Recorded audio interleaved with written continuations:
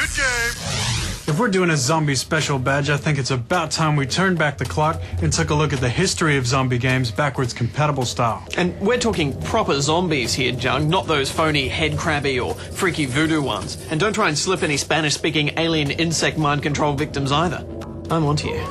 Alright, well if it's real zombies only, then the first one must be this. It's Zombie Zombie for the Sinclair ZX Spectrum, and it came out way back in 1984. In this isometric action strategy game, you had to fly around in your helicopter rebuilding a city infested by the walking undead. The main idea was to build stairways that you could lure the hungry zombies to climb up and then drop them onto the hard concrete from a great height. It was pretty complex in concept, and in execution it wasn't much simpler. Which meant that Zombie Zombie didn't really take off. It was, however, the first game to establish the long tradition of games taking inspiration from the movies of legendary master of horror George A. Romero. The wave of murder which is sweeping the eastern third of the nation is being committed by creatures who feast upon the flesh of their victims. Romero practically invented the modern zombie genre with his 1968 debut, Night of the Living Dead. This film introduced all the things we associate with zombies today, including their slow, meandering shuffle and their insatiable hunger for human flesh. And as a result, his films have influenced practically every zombie-themed video game ever made. One game where that influence was particularly obvious was this. It was simply called Zombie, a point-and-click adventure released by Ubisoft in 1990, and its storyline and situation was totally plagiarized from George Romero's second zombie film, 1979's Dawn of the Dead. In the game, you had to lead a team of 4 survivors through a shopping mall that was teeming with the reanimated dead. The game was extremely challenging due to the fact that the zombies would appear without any warning. And if they got enough bites on you, your characters would even turn into zombies themselves. Another game that could turn you into a zombie just by playing it was this 1994 stinker for the Sega Mega CD. Welcome wagon. Light 'em up. Released at the peak of the full-motion video craze, Corpse Killer ditched traditional video game graphics in favor of using real actors to fill out its cast of characters. Or at least they claim to be real actors. Good shooting, brah. Yeah, man. Lots of buzzard meat.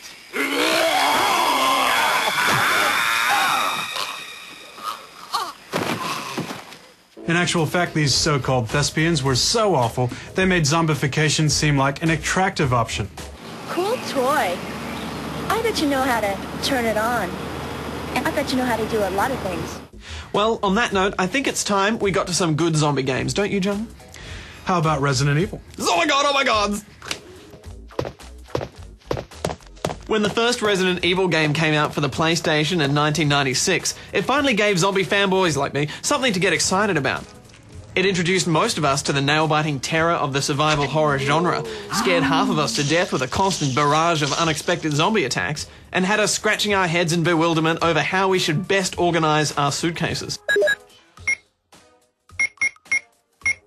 Over the years, the series has gone from strength to strength, with the evil bioweapons manufacturer, the Umbrella Corporation, and the members of the Elite Stars team locking in battle in no less than 6 direct sequels and several spin-off games.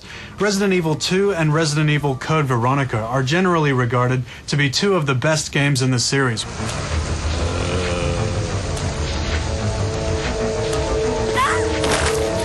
While personally, I think Resident Evil 4 is. Don't even mention it, Junk. They're not real zombies and you know it. Alright then, if not Resident Evil 4, what's your favorite zombie game? One of my faves has to be Zombie Ate My Neighbors. I remember playing so much of it on my Sega Mega Drive when it first came out in 1993. It was a horror comedy shoot-'em-up that was based heavily on classic B-grade fright flicks, and I remember having way too much fun with it.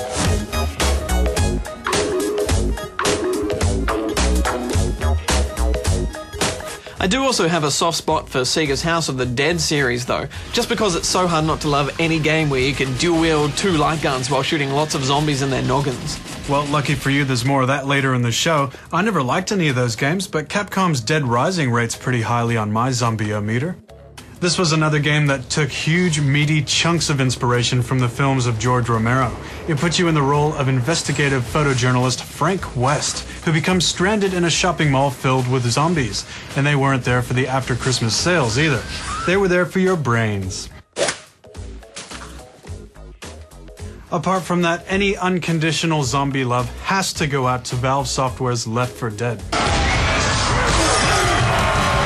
The 4-player co-op mode against a never-ending army of brain-thirsty monsters was a total blast. Here they come! And the undead versus human competitive mode sealed the deal for me, Turn around, man! making this my favorite zombie game of all time. That and Resident Evil 4. No, don't even mention it, Junk. They're not real zombies, and you know it. They're dead and they're walking, they're zombies. I'm not listening anymore.